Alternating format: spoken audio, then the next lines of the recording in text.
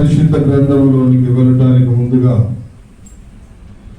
మరి సంఘములు జరుగుతున్న ఉపవాస ప్రార్థనలో కానీ గృహ కూడికలో కానీ దేవుడు అద్భుతకరమైనటువంటి సందేశాలను ఆయన మనకు వినిపిస్తూ ఉన్నాడు. చక్కటి వర్తమానాలను చాలామంది ఈ అవకాశాన్ని పోగొట్టుకుంటున్నారు. కానీ దేవుడు ఏ సమయంలో ఎవరు ఏ వాక్యము ద్వారా మాట్లాడతాడో తెలియదు. కాబట్టి ప్రతి ఒక్కరూ కూడుకునే ప్రతి కూడికకు మనమంతా కూడా ఒక శరీరం కాబట్టి అందరము కూడా కూడుకొని ప్రభునామాన్ని కనపరచాల. దేవునికి స్తోత్రము కలుగును గాక. ఒక ఉన్నతమైనటువంటి మాట ఈ సమయమందు మనం జ్ఞాపకం చేసుకుంటాం. ఎఫెసీయులకు రాసినటువంటి పత్రిక 6వ అధ్యాయము 9 నుండి 17 వచనాల వరకు మనం తర్వాత చదువుకుందాం. సంఘానికి ఒక విలువైనటువంటి మాట అపోస్తలుడైనటువంటి పౌలు ఎఫెసీ సంఘానికి తెలియజేస్తూ ఉన్నాడు.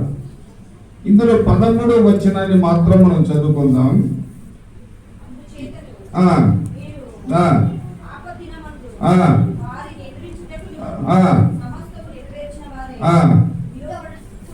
నిలవబడుటకును శక్తిమంతులగునట్లు దేవుడిచ్చు సర్వాంగ కవచమును ధరించుకొనుడి.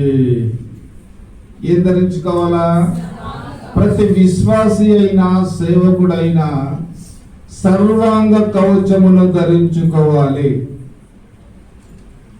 అపవాది తంత్రములను ఎదిరించుటకు, వాని ఎదుట బలవంతుడుగా మార్పు చెందుటకు, వారిని ఎదురించుటకు ఈ అంత్య దినముల యందు మనము సర్వాంగ కవచమును ధరించుకోవాలి. ఈ సర్వాంగ కవచమును ధరించుకున్నప్పుడు మనం ఎలా ఉంటామంటే బలవంతుల వలె ఉంటాం. గొలియాదు సర్వాంగ కవచము భౌతిక సంబంధమైనటువంటి కవచము. దేవుని బిడ్డలమైనటువంటి మనము ధరించుకునేటటువంటి సర్వాంగ కవచము ఇది ఒక ఉన్నతమైనటువంటి శక్తిని కలగజేసే సర్వాంగ కవచం. అందుకే రోమీయులకు రాసిన పత్రిక 13వ అధ్యాయము 11, 12 వచనాలు మనము చదివినట్లయితే మనం ఏమి ధరించుకోవాలని ఆయన చెప్తూ ఉన్నాడు. మరియు మీరు కాలము నెరిగి నిద్ర మేలుకొను, వేలైనదని తెలుసుకొని అలాగు చేయుడి. మనం విశ్వాసుల ఎప్పుడు ఉన్నది. రాత్రి చాలా గడిచి కాలము సమీపముగా ఉన్నది కనుక అంధకార క్రియలను విసర్జించి తేజో సంబంధమైన యుద్ధ ఉపకరణములను ధరించుకొందుము. దేవునికి స్తోత్రం చెప్పండి. తేజో సంబంధమైనటువంటి యుద్ధ ఉపకరణములను మనము ధరించుకోవాలి. 2 కొరింథీయులకు రాసిన పత్రిక 10వ అధ్యాయము 4వ వాక్యాన్ని కనుక మనం చదివితే, మా యుద్ధోపకరణములు శరీర సంబంధమైనవి కావు. చాలు.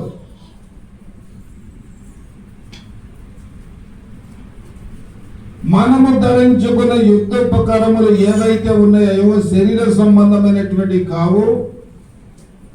అవి దుర్గములను పడదోయనంత శక్తి కలిగినటువంటివి. ప్రతి విశ్వాసి, ప్రతి సేవకుడు ఈ అంత్య దినాలలో, ఈ కడవరి దినాలలో సర్వాంగ కవచమును ధరించుకున్న వారై ఉండాలి. తేజో సంబంధమైనటువంటి యుద్ధోపకరణములను మీరు ధరించుకోమని జ్ఞాపకం చేస్తూ ఉన్నాడు. కానీ మనము ధరించుకునే యుద్ధోపకరణములు ఎలాంటి అంట? శరీర సంబంధమైనటువంటివి కాదు. ఎఫెసీయులకు రాసిన పత్రిక 5వ అధ్యాయం 3వ వచనాన్ని చదువుదాం. దానికి ముందుగా ఒక మాట, 1 కొరింథీ 10:23. 1 కొరింథీ 10:23.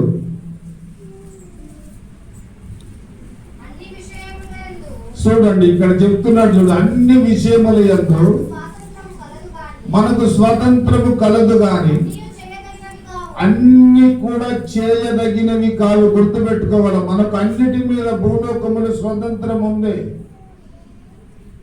ఆ ఫ్రీడమ్ అనేటటువంటిది దేవుడు మనకి ఇచ్చాడు, కానీ అన్ని చేయదగినవి కావు.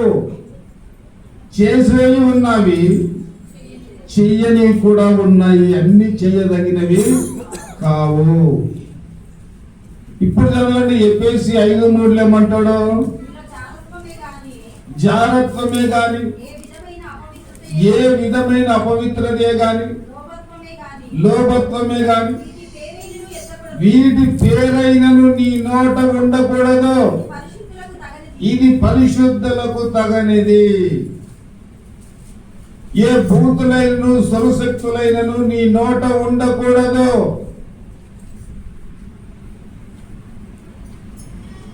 మన నోట ఒక్క చెడు మాట మన నోటి నుండి బయటకు వచ్చిందంటే, బయట నుండి వచ్చినటువంటి మనిషిని అపవిత్రపరచవు, కానీ లోపల నుండి బయటికి వచ్చే ప్రతి పదము కూడా మనం ఏం చేస్తుందంటే అపవిత్రపరుస్తుంది.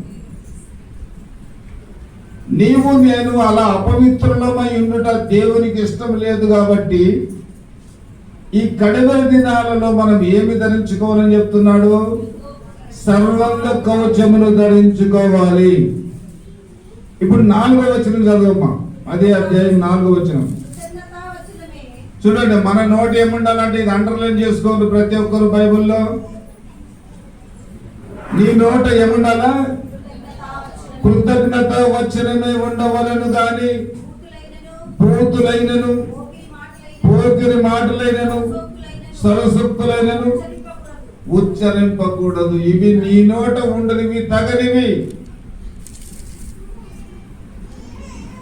చర్చికి వెళ్తారు, ప్రార్థన చేస్తారు, కానుకలు ఇస్తారు, క్రమము కలిగి ఉంటారు. నోరు తెరిస్తే అది భయంకరమైనటువంటి గొయ్యి. ఇలాంటి క్రైస్తవులు కూడా ఉన్నారా సమాజంలో?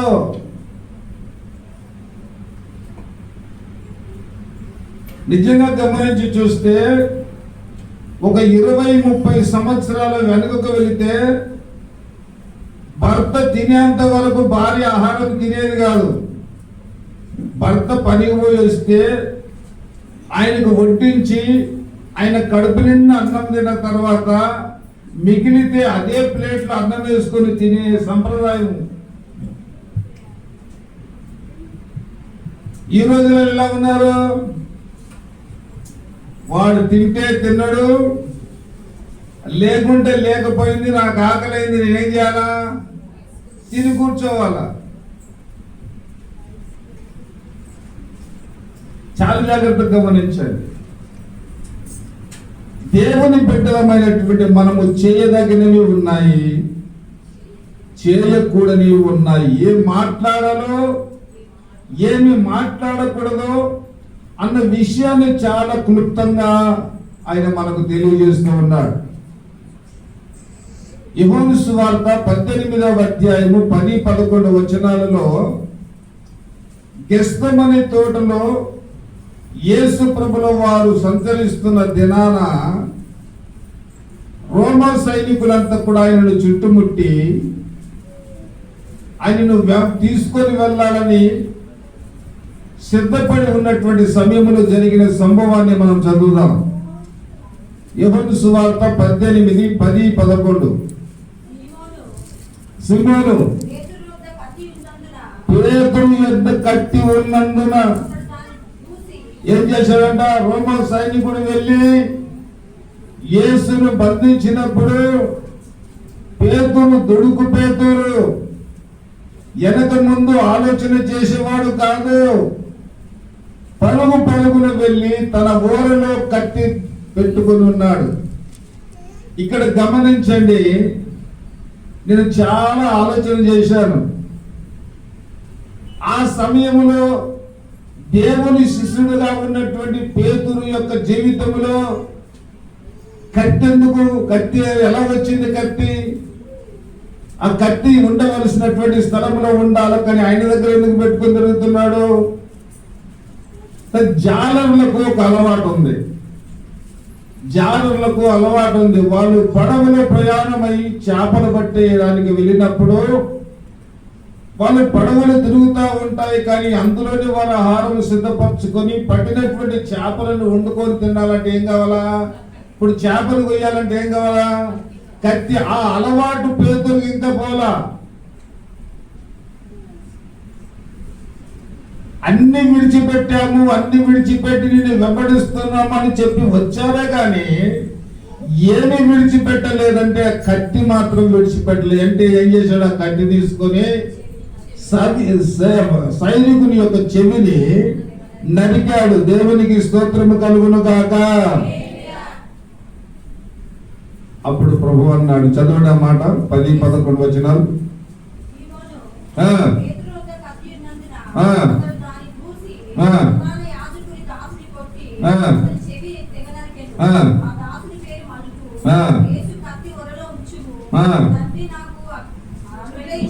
తండ్రి, నేను ఒకవేళ తండ్రిని వేడుకుంటే ఆయన ఏం చేశాడు? పరలోక సమూహము నుండి సైన్యాన్ని నా కొరకు పంపించడా?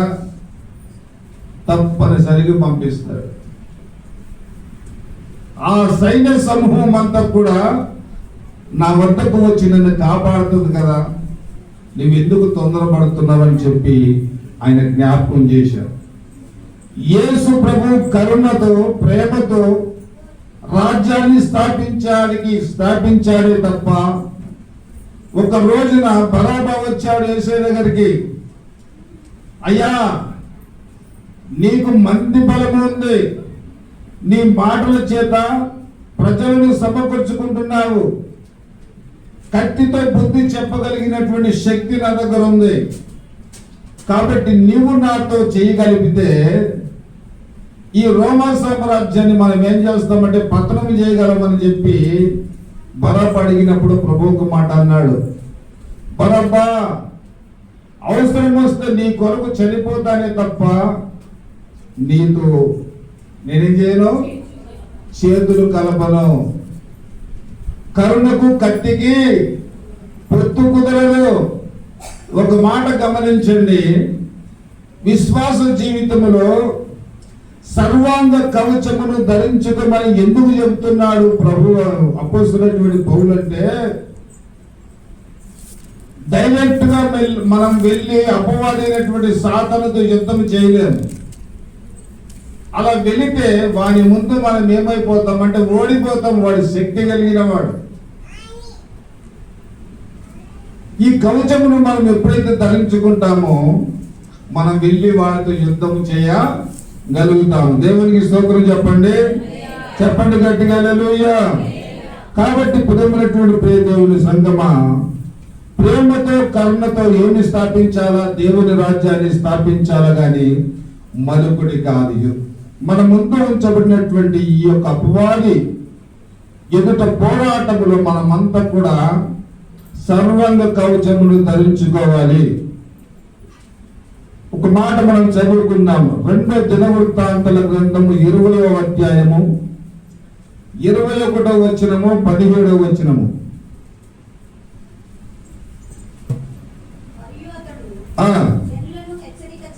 జనులను హెచ్చరిక చేసిన తరువాత యెహోవాను స్తుతించుటకు గాయకులను ఏర్పరిచి వారు పరిశుద్ధ అలంకరణాలు ధరించి సైన్యము ముందర నడిచిన. దేవునికి స్తోత్రం చెప్పండి. ఇప్పుడు 17వ వచనం చదువుమా.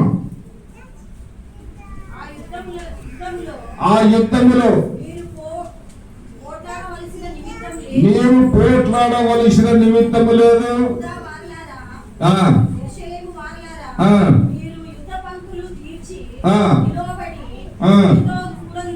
చాలు. ఇప్పుడు యెహోషాపాతు మీదకి కొంతమంది రాజులు శత్రు సమూహాలు చుట్టుముట్టారు. ఇప్పుడు యెహోషాపాతు ఏం చేస్తున్నాడు? ఆయన ఇప్పుడు 3వ వచనం చదువు ఏం చేస్తున్నాడు చెప్తున్నాడు అక్కడ. అందుకు యెహోషాపాతు భయపడి యెహోవా యొద్ద విచారించుటకు మనసు నిలుపుకొని ఏం చేసినంట రాజ్యమంతటా కూడా ఉపవాసము ప్రకటించాడు. దేవునికి స్తోత్రం చెప్పండి. ఇప్పుడు ఈ రాజ్యం ఏమి కావాలా? రాజ్యం ఏం కావాలా? రక్షింపబడాల, తప్పించబడాల, శత్రువుల చేతుల నుండి రాజ్యము తప్పింపబడాల. అట్లా తప్పింపబడాలంటే ఎవరి సహాయం కావాలా? దేవుని సహాయం కావాలని ఏం చేశారంటే రాజ్యం అంతా కూడా ఉపవాస ప్రార్థన ప్రకటించారు. చిన్న పిల్లలు మొదలుకొని రాజు సైతం ఏం చేశారంటే ఉపవాస ప్రార్థనలో ఉన్నారు. దేవునికి స్తోత్రం చెప్పండి. ఈ ఉపవాస ప్రార్థనలో ఉండి ఏం చేశారు వాళ్ళు? 12వ వచనం చదువుదాం.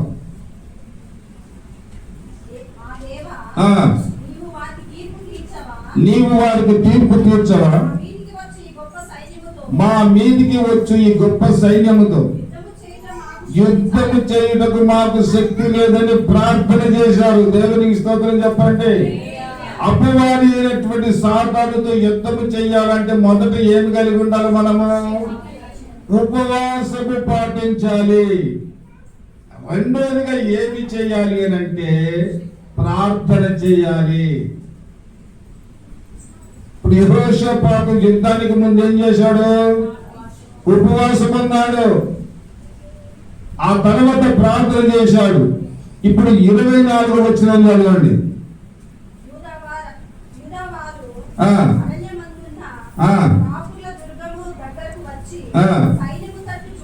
సైన్యము తట్టు చూడగా వారు శవములై నేల పడి ఉండేది. దేవునికి స్తోత్రం చెప్పండి. ఎవరు చేశారు యుద్ధము? యెహోషాపాతు వెళ్ళి యుద్ధం చేశాడా? చెయ్యలే. ఆయన యుద్ధము చేయలేదు, కేవలం 3 పనులు మాత్రం చేశాడు.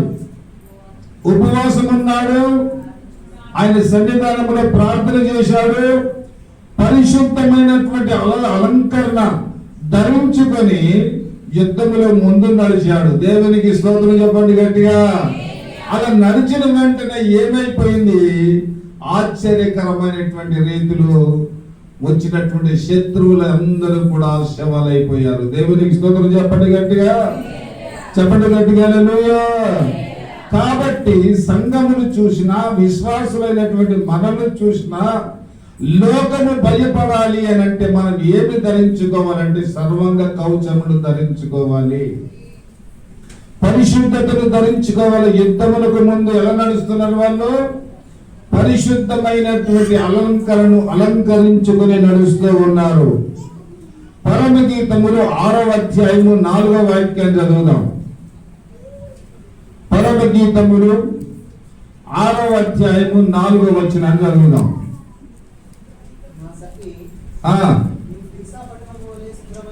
సుందరమైన దానవు,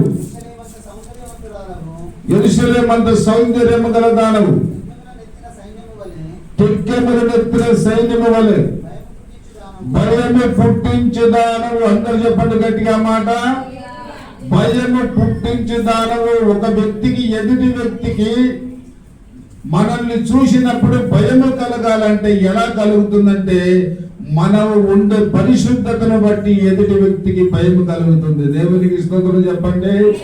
సంఘమంతా కూడా ఎలా నడవాలి లోకములు అంటే పరిశుద్ధతను ధరించుకున్న వారిగా నడవాలి. పరిశుద్ధత లేకపోతే నేను చూస్తే ఎవరు భయపడరు. నా ప్రియమైనటువంటి ప్రియ దేవుని సంగమా, కాబట్టి మనం ఏమి ధరించుకోవాలా? ఏం ధరించుకోవాలా? గుర్తుపెట్టుకోండి బాగా. సర్వాంగ కవచము ధరించుకోవాలి. ఇప్పుడు చెప్పండి అన్నమాట. ఆ మాటను విడిచిపెట్టి అడ్డు పోదాకండి. మనం ఏం ధరించుకోవాలి? ఇప్పుడు చెప్పండి. సర్వాంగ కవచమును ధరించుకోవాలా. ఈ సర్వాంగ కవచమును ధరించుకొని పోరాటము ఎవరి మీద? ఎవరి మీద పోరాటం చేయాలో మనము? ఆయన చెప్తున్నాడు ఎవరి మీద పోరాటం చేయాలో చెప్తూ ఉన్నాడు. ఇప్పుడు 12వ వచనం చదువుదాం. ఎఫెసీ 6:12.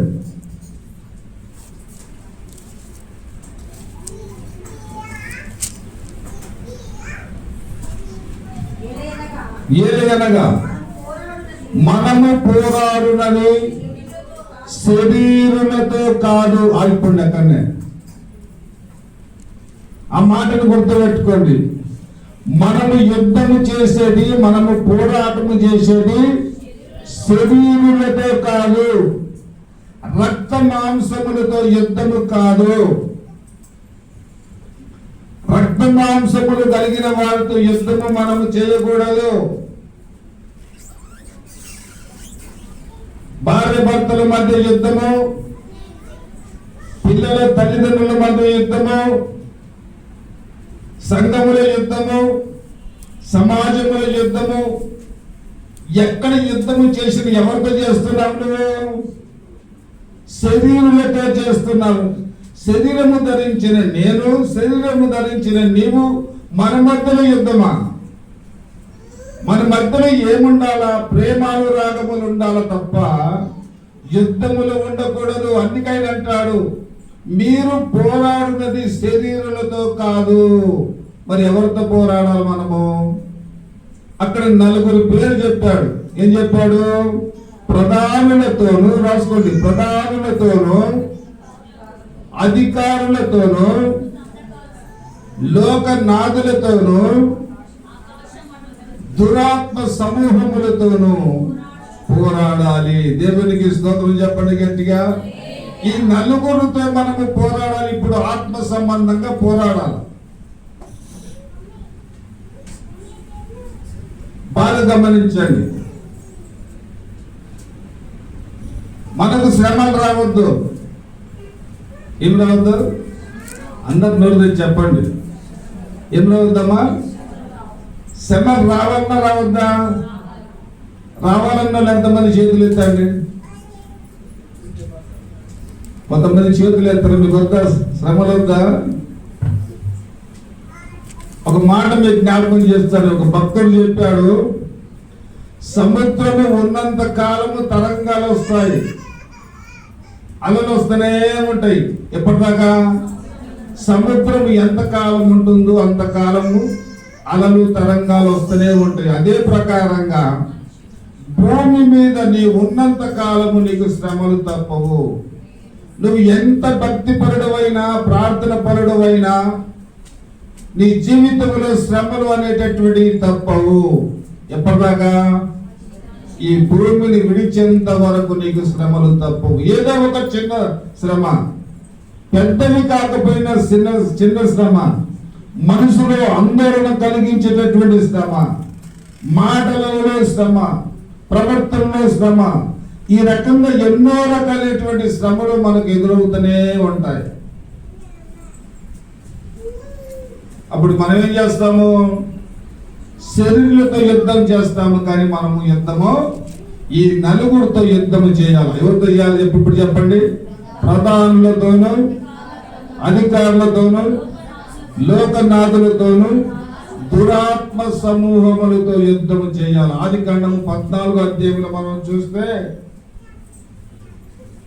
అక్కడ నలుగురు రాజులు ఉన్నారు. 5 మంది రాజులు వచ్చి యుద్ధం చేసి లోతుకు కలిగిన సమస్తాన్ని కూడా తీసుకొని వెళితే, ఆ తర్వాత అబ్రహాం వెళ్ళి వారితో యుద్ధం చేసి తిరిగి లోతును ఆ కొల్లగొట్టుకున్నటువంటి సొమ్మునంతా తీసుకుని మళ్ళా సొదొమ గొమొర రాజులకు దానిని అప్పగించినట్లుగా మనం చూస్తాము. దేవునికి స్తోత్రం చెప్పండి. చెప్పండి గట్టిగా హల్లెలూయా. ఏమి ధరించుకోవాలి మనం ఇప్పుడు? సర్వాంగ కవచమును ధరించుకోవాలి. ఈ సర్వాంగ కవచములో కేవలము ఇది శరీరాన్ని కప్పుకోవడానికి పనికొస్తుంది. నడినెత్తి నుండి పాదముల వరకు మనము కప్పుకోవడానికి పనికొస్తుంది సర్వాంగ కవచము. కానీ కేవలం ఈ సర్వాంగ కవచము ధరించుకున్నంత మాత్రాన నీకు యుద్ధములో జయం రాదు. మరి ఎలాగొస్తుంది? ఇప్పుడు మనం కింది భాగం నుండి వద్దాం. పై భాగం నుంచి ఎఫెసీయులకు రాసిన పత్రిక 6వ అధ్యాయము 17వ వాక్యాన్ని చదువుదాం. మరియు చాలు రక్షణ అను స్థిరస్థానమును ధరించుకోవాలి. ఈ సర్వాంగ కవచములోని 6 వస్తువులు ఉన్నాయి. ఈ 6 వస్తువులు కూడా ఎక్కడ ఇమిడి ఉండాలి? ఈ సర్వాంగ కవచములో ఇమిడి ఉండాలి. అందులో మొట్టమొదటి ఏమిటంటే శిరస్థానము. శిరస్థానము అనేటటువంటి ఈ కవచము దేనికి గుర్తుగా ఉందంటే రక్షణకు గుర్తుగా ఉంది. దేవునికి స్తోత్రం చెప్పండి, చెప్పండి గట్టిగా హల్లెలూయా. హెజ్కేలు గ్రంథము 24వ అధ్యాయము 17వ వచనం చదువుదాం. హెజ్కేలు గ్రంథము 24వ అధ్యాయము 17వ వాక్యం.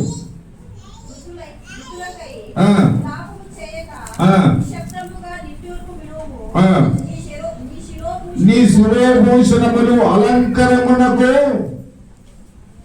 గుర్తుగా ఉన్నాయి. శిరోభూషణములు అంటే ఏంటి అమ్మా? శిరోభూషణములు అనగా కమ్మలు. ఎక్కడున్నాయి కమ్మలు? చెవులకున్నాయా? చెవులు కింద ఉన్నాయా? ఇవి దేనికి గుర్తుగా ఉన్నాయి? అలంకరణకు గుర్తుగా ఉన్నవి. దాని గురించి ఆయన చెప్పలేదు. శిరస్థానము అంటే హెల్మెట్, మన తలకు ధరించుకునేటటువంటిది. ఈ శిరస్థానము అనేటటువంటి మాటకు అర్థం ఏమిటంటే రక్షణ. ఎక్కడ రక్షణ? యుద్ధములో మనకు రక్షణ కలిగించేది శిరస్థానము. ఈ శిరస్థానాన్ని మనం ఏం చేయాలా? మనము ధరించుకోవాలి. మొదటి తెస్సలోనికీ రాసిన పత్రిక 5వ అధ్యాయము 8వ వాక్యాన్ని చదువుదాం.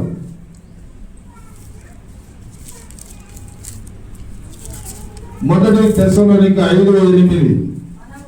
మనము ఏ వారమై ఉన్నామో? పగటి వారమై ఉన్నాము గనుక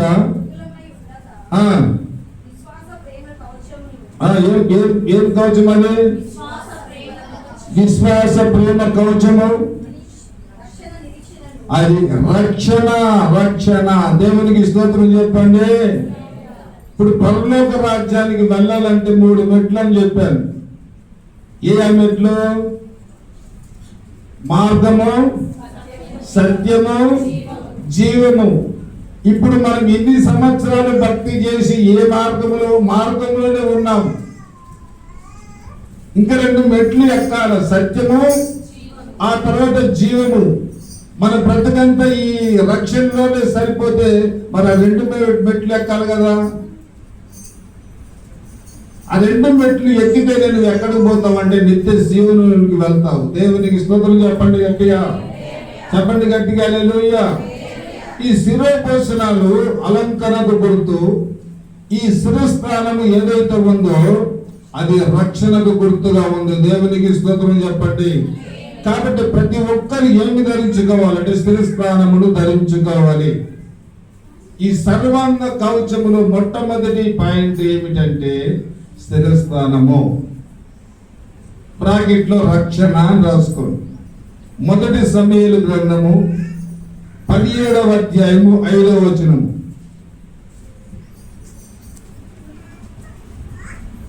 మొదటి సమూయేలు గ్రంథము 17వ అధ్యాయము 5వ వచనము. ఏముండేనంట? రాగి శిరస్థానం ఉండెను.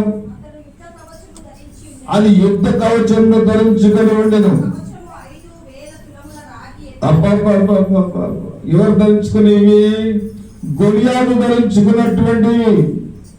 ఈ గొలియాదు ధరించినటువంటి ఈ కవచము శరీర సంబంధమైనటువంటివి.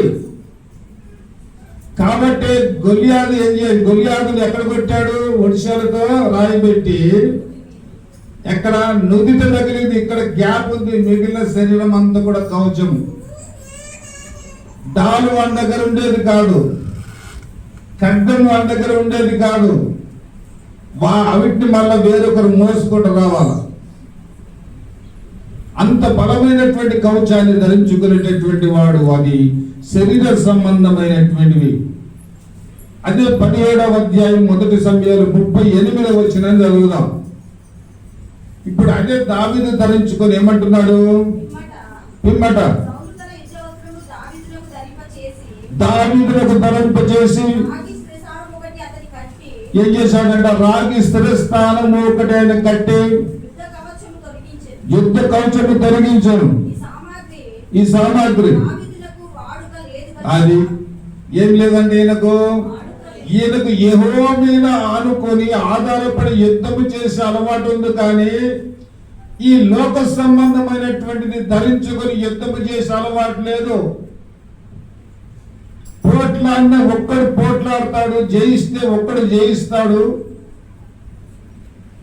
నలుగురు మనుషుల్ని తీసుకెళ్లి ఒక వ్యక్తితో పోరాడటం అది పోరాటము కాదు. ఆయన దావీదు ఎప్పుడు కూడా అలాంటి పని చేయలేదు. ఇది నాకు వాడుక లేదు. ఈ శరీర సంబంధమైనటువంటి యుద్ధోపకరణములు నేను ధరించుకోను. నాకు నా ఒడిశాలు ఇస్తే చాలు, నాకు ఉండవలసింది ఒడిచాల, ఇది మాత్రం నా చేతుల కర్ర, ఇవి మాత్రం ఉంటే చాలు.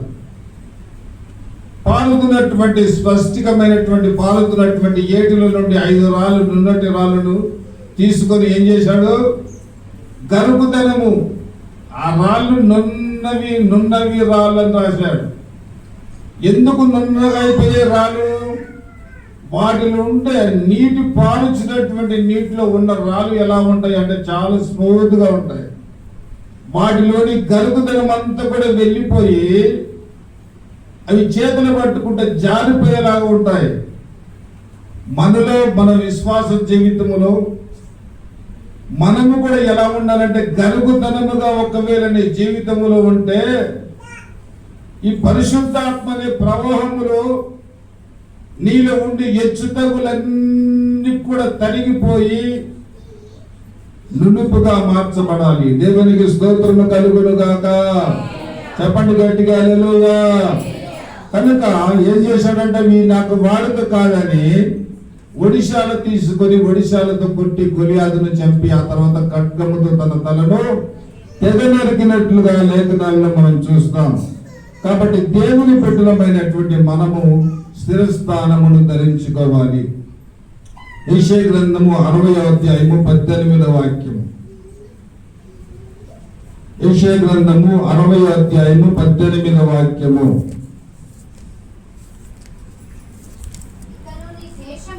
ఇక్కడ దేశమున బలత్కారం అనేది దేశములో వినబడదు. నీ సరిహద్దులలో అక్కడ పాడు కానీ నాశనం అనేది వినబడదు. అది రక్షణయే నీకు ప్రాకారము. దేవునికి స్తోత్రం చెప్పండి. మన ఇంటి చుట్టూ మన చుట్టూ ఎలా ఉండాలంటే రక్షణ ప్రాకారముగా మనము ధరించుకోవాలి. కాబట్టి దేవుని బిడ్డలమైనటువంటి మనము ఈ సర్వాంగ కవచములో మొట్టమొదటి పాయింట్ ఏంటంటే స్థిరస్థానమును మనము ధరించుకోవాలా. ఈ స్థిరస్థానము ఎందుకు ధరించుకోవాలంటే అది మనకు రక్షణ. ఎంతమందికి ఉంది రక్షణ? ఎంతమందికి రక్షణ? చేతులు ఎత్తండి. వా, ఎంత కోపం వచ్చిందంటే చెప్పండి గట్టిగా హల్లెలూయా. మనకందరికి కూడా రక్షణ. ఏం ధరించుకున్నాము? శిరస్థానమును ధరించుకున్నాము. ద్వితోపదేశ కాండము 32వ అధ్యాయము 29వ వాక్యాన్ని చదువుదాం.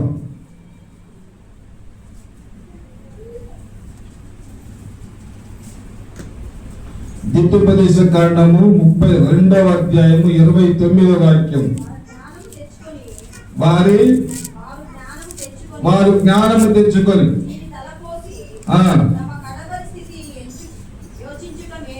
తన కడవరి స్థితి యోచించుట. ఏం తెచ్చుకుంటే చూడండి, ఆది కాండము ద్వితోపదేశ కాండం 32వ అధ్యాయము 33-29 చదువుమా.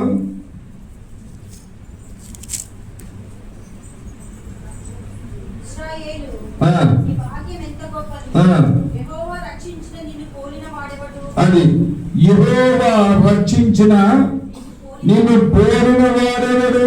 నీకు రక్షణ దొరికింది. నీలాంటి ధన్యత ఎవరికి ఉంది లోకములో? ధనవంతునికి లేదే, విద్యావంతునికి లేదే, శాస్త్రవేత్తకు లేదే, తత్వవేత్తకు లేదే, లోకములో ఏ సైన్సిస్టుకు లేదు. అంత గొప్ప భాగ్యాన్ని ప్రభు ఈ మధ్యాహ్న కాల సమయమందు మనకిచ్చాడు. ఎవరికి ఇచ్చాడు? మనకి ఇచ్చాడు. ఏమి ఇచ్చాడు? మనకు రక్షణ ఇచ్చాడు. దేవునికి స్తోత్రము కలుగును గాక. ఎవరికి లేదు, రాజ్యాలను ఏలుతున్న రాజులకు కూడా ఈ ధన్యత లేదు. ఎందుకు పనికి మాలినటువంటి మనకు దేవుడు రక్షణ ఇచ్చాడు. 108వ కీర్తన 8వ వాక్యం చదువుదాం.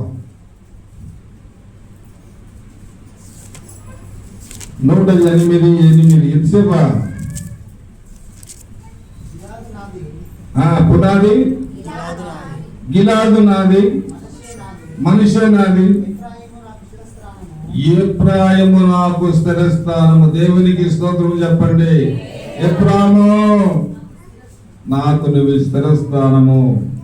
కాబట్టి ఈ సర్వాంజ కౌచములు మొట్టమొదటి ఏం పాయింట్ అంట? స్థిరస్థానము. ఇర్మియా గ్రంథము 46వ అధ్యాయము 4వ వచనము చదువుదాం.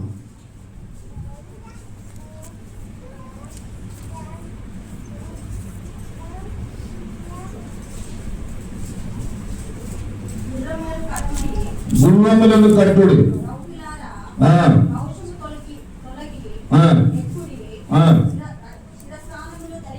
శిరస్థానమును ధరించుకున్నాడు. దేవునికి స్తోత్రం చెప్పండి. ఇప్పుడు ఈ స్థిరస్థానం దేనికి గుర్తుగా ఉంది? కేవలం రక్షణలోనే ఉంటే సరిపోదు, యుద్ధం చేయలేరు. మిగిలిన 6 వస్తువులు ఉన్నాయి. ఆ 6 వస్తువులు కంప్లీట్ అయితేనే మనకు సరైనటువంటి సర్వంగ కవచములు ధరించుకున్న వారముగా మనం కనబడతాం. వచ్చే వారం మిగిలిన మాటలు మనం ధ్యానం చేసుకుందాం. ప్రభు ఈ కొద్ది మాటలు తన వినికిడిలో దీవించును గాక. తల్ల వంచి కళ్ళు మూసుకొని ప్రార్థన చేద్దాం. మన మధ్యలో ప్రేమ్ కుమార్ ప్రార్థన చేస్తాడు. అందరూ కూడా తల్ల వంచండి, కళ్ళు వేయండి, దిక్కులు చూడద్దు, ప్రార్థన చేసుకుందాం.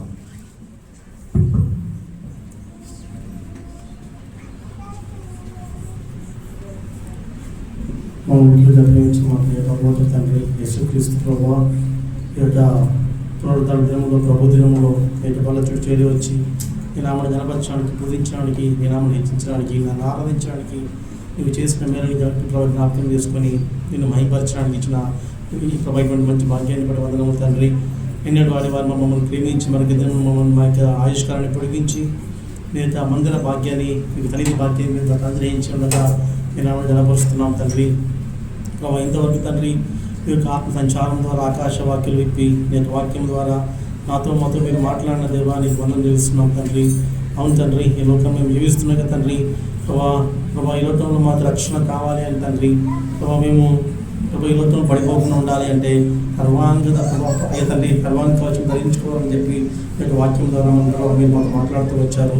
ప్రభా అంత మాత్రమే కాకుండా తండ్రి తేజో సంబంధమైన యుద్ధోపేతను ధరించుకోవాలని మీరు మాతో మాట్లాడుతూ వచ్చారు. ప్రభావ మీ నామని జనపరుస్తున్నాం, పూజిస్తున్నాం, నమస్కరిస్తున్నాం తండ్రి. అవును తండ్రి, యుద్ధోపేతనం ప్రభావ శరీర సంబంధమే కాకుండా ఆత్మ సంబంధమైన యుద్ధోపేతనం ధరించుకొని మీ మహిమటంగా జీవించి ప్రాణం గ్రహించమవుతున్నాం తండ్రి. ఈ లోకంలో మా యొక్క యుద్ధము, మా యొక్క పోరాటము లోక సంబంధమైన వాటితో కాదు కానీ తండ్రి, అధికారులతో ప్రభావ తండ్రి దురాత్మల సమూహంతో అని చెప్పి మీరు మాతో మాట్లాడుతూ వచ్చారు.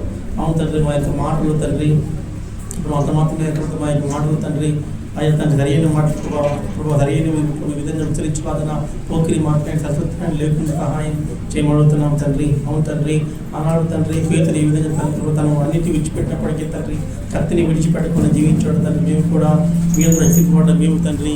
అయ్యా తండ్రి ప్రభావ మీ యొక్క వాక్యాన్ని విని తండ్రి ప్రభావ మా యొక్క జీవితాల్లో తండ్రి అయ్యా తండ్రి అనేకమైన ప్రభావ అన్నింటిని విడిచిపెట్టి తండ్రి మీ యొక్క రక్షణ కలిగి జీవించుకుంటూ ప్రాణం గ్రహిస్తున్నాం ఆడుతున్నాం తండ్రి సహాయం చేయమడుగుతున్నాం తండ్రి. అయ్యా ప్రభావ అంత మాత్రమే కాకుండా తండ్రి మీ యొక్క వాక్యాన్ని బట్టి మనం చూస్తాం తండ్రి. అయ్యా తండ్రి యువత మేము జీవిస్తున్నాం తండ్రి. ఉపవాసం మీరు మాతో మాట్లాడుతూ వచ్చారు, ప్రార్థన చేయాలని మాతో మాట్లాడుతూ వచ్చారు తండ్రి. అయ్యా పరిశుద్ధంగా ఉండి ఇప్పుడు మేము యుద్ధం చేయాలని మీరు మాతో అయ్యా తండ్రి పరిశుద్ధ అలంకరణ కలిగి యుద్ధం చేయాలని మీరు మాతో అయ్యా తండ్రి మాట్లాడుతూ వచ్చారు తండ్రి. అవును తండ్రి, అయ్యా మా యొక్క జీవితంలో మా యొక్క అవసరాలను బట్టి ఇప్పుడు నశించిపోతున్న ఆత్మలను బట్టి అంగాన్ని బట్టి భారం కలిగి ప్రార్థించే వారుగా ఉపవాసం ఉండే వారంగా మమ్మల్ని ఆయత్తపరచమని అడుగుతున్నాం తండ్రి. ప్రార్థించే భారాన్ని మీరు అనుగ్రహించబడుతున్నాం తండ్రి. అంత మాత్రమే కాకుండా తండ్రి పరిశుద్ధులు కలిగి జీవించే కృప అనుగ్రహిస్తున్నాం అడుగుతున్నాం. అప్పుడే మా యొక్క జీవితాల్లో తండ్రి మేము రక్షణని కలిగి జీవించే వారంగా మీరు మొదలు మాట్లాడుతూ వచ్చారు తండ్రి. అయ్యా తండ్రి పరిశుద్ధులు కలిగి మేము జీవించే కృప అనుగ్రహించబడుతున్నాం తండ్రి. అవును తండ్రి, అటువంటి భయం కలిగి జీవించే కృప అనుగ్రహించబడుతున్నాం తండ్రి. ఈ లోకంలో మేము ఏ విధంగా జీవించవచ్చు, మన స్వతంత్రం తలదు కానీ అన్ని చేయదగినవి కాదు తండ్రి. ఏవి చేయాలో ఏమి చేయకూడదు ఆత్మ జ్ఞానం ఇచ్చి నడిపించి మీ నామ హిమంత మీరు జీవించే కృప అనుగ్రహించబడుతున్నాం తండ్రి. సహాయం చేయండి తండ్రి. అవును తండ్రి, ప్రభు రక్షణను శిరస్త్రాన్ని మేము ధరించుకునేలాగా సహాయం చేయబడుతున్నాం తండ్రి. ప్రభు గొలియాతో అయితే రాగితో చేయబడిన శిరస్త్రానము అతడు కలిగి ఉన్నాడు తండ్రి. ఇప్పుడు లోక సంబంధమైన శిరస్త్రానములు కాదు కానీ తండ్రి మీరు ఇచ్చే రక్షణను శిరస్త్రానం మేము ధరించుకొని మీ మహిమకరంగా జీవించి కృప అనుగ్రహించబడుతున్నాం తండ్రి. ఎప్పుడైతే ప్రభా రక్షణ శిరస్త్రాన్ని కలిగి ఉంటామో మేము లోకంలో పడిపోము తండ్రి. మరి ప్రభా సాతాను మమ్మల్ని మోసగించలేడు తండ్రి. మా యొక్క రక్షణను దొంగిలించలేడు తండ్రి. ప్రభా మేము మా యొక్క రక్షణ మేము పోగొట్టుకోకుండా రక్షణ ఆనందాన్ని మేము పోగొట్టుకుంటూ ఉండాలి అంటే తండ్రి. రక్షణ ఆయన శిరస్త్రాలను కలిగి జీవించి కృప అనుగ్రహించబడుతున్నాం తండ్రి. ప్రభా అటువంటి ధన్యత మా అందరికీ అనుగ్రహించబడుతున్నాం తండ్రి. ఇంకా యొక్క చిన్న మందరం తండ్రి ఎవరికైతే రక్షణ లేదు ప్రభా, రక్షణ నిరీక్షణ లేదు అలాంటి వారితో మీరు మాట్లాడమని దర్శించమని మీ వైపు ఆకర్షింపబడుతున్నాం తండ్రి. సహాయం చేయబడుతున్నాం తండ్రి. విన్న మేమందరం కూడా మీ వాక్య బాధ్యత మా హృదయం ఉంచుకొని అవిధంగా జీవించి కృప అనుగ్రహించబడుతున్నాం తండ్రి. సహాయం చేయండి. విత్తబడిన వాక్యం ప్రభా వ్యర్థము కాకుండా నీరు కట్టి ఫలింపజేస్తున్నాం అడుగుతున్నాం తండ్రి. మా యొక్క హృదయాలను దాన్ని ధ్యానించుకోవాలని సహాయం ఇచ్చేయమని అడుగుతున్నాం తండ్రి. ఐదవ వాక్యం ఇచ్చి మీకు దాసుని మీరు ఆరోగ్యం మీరు ముద్రించండి, ఆత్మాభిషేకంతో నింపి రాబోదినాల్లో మరి కొంచెం మీరు రాజ్య స్వార్థ ఇస్తారు భోజనం వాడుకొని మీరు నన్ను జనపరుచుకొని మరి వాక్యమైన ఏసునామం అడిగి పడుకుంటున్నాం పర్వ తండ్రి. అందరం లేచి నిలబడి ప్రభు యొక్క పరిచర్యలో పాలుభాగస్తులుగా మార్చబడతాం.